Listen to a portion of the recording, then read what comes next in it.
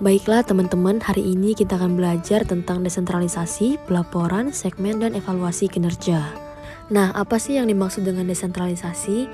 Desentralisasi adalah proses pengalihan wewenang dan tanggung jawab dari manajemen pusat ke unit-unit bisnis yang lebih kecil atau manajer lini. Nah, selanjutnya ketujuan desentralisasi.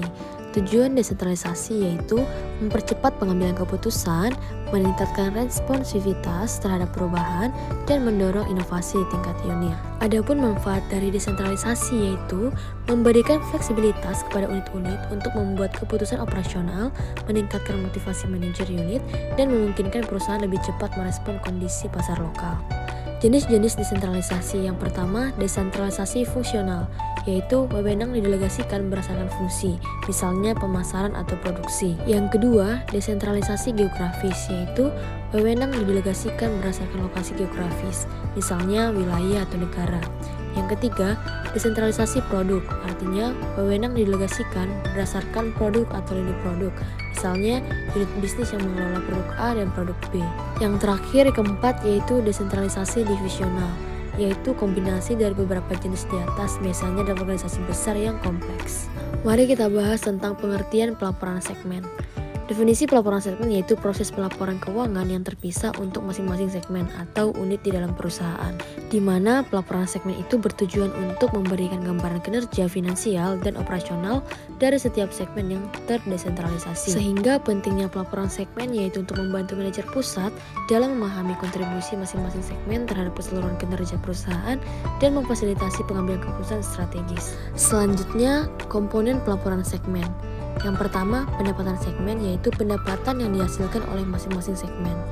Yang kedua, biaya segmen. Biaya yang dikeluarkan oleh segmen, termasuk biaya langsung dan alokasi biaya tidak langsung. Yang ketiga, laba, yaitu laba atau rugi dari setiap segmen sebagai ukuran utama kinerja.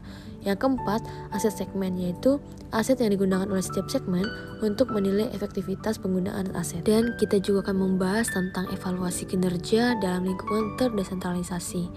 Tujuan evaluasi kinerja yaitu untuk mengukur keberhasilan atau efektivitas unit atau manajer segmen dalam mencapai target keuangan dan operasional. Nah, kriterianya yaitu berdasarkan profitabilitas segmen, efisiensi penggunaan aset, kepuasan pelanggan, dan pencapaian tujuan strategis. Nah, indikator utamanya kita bisa lihat dari return of investment-nya, residual income, margin keuntungan, dan perputaran aset. Adapun alat evaluasi kinerja yang dapat digunakan yaitu yang pertama return of investment, yang kedua residual income, yang ketiga economic value add, dan keempat adalah balance scorecard, yang mana return of investment dapat mengukur pengembalian atas investasi yang dilakukan segmen, dan residual income yaitu mengukur laba residual setelah dikurangi biaya modal segmen sehingga mendorong keputusan yang berjalan dengan kepentingan perusahaan. Dan economic value add yaitu mengukur nilai ekonomis yang dihasilkan segmen di luar biaya modal.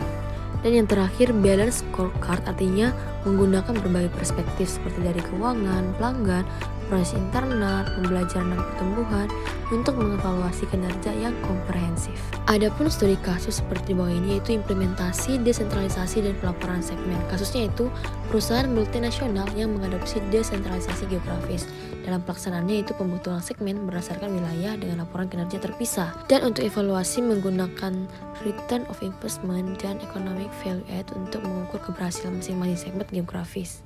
Oleh karena itu, diperoleh kesimpulan bahwasannya desentralisasi memberikan fleksibilitas, namun pelaporan segmen dan evaluasi kinerja penting untuk memastikan koordinasi dan pencapaian tujuan perusahaan, serta manfaat utamanya yaitu untuk meningkatkan efisiensi, responsivitas, dan memungkinkan pengukuran kinerja secara spesifik di masing-masing unit.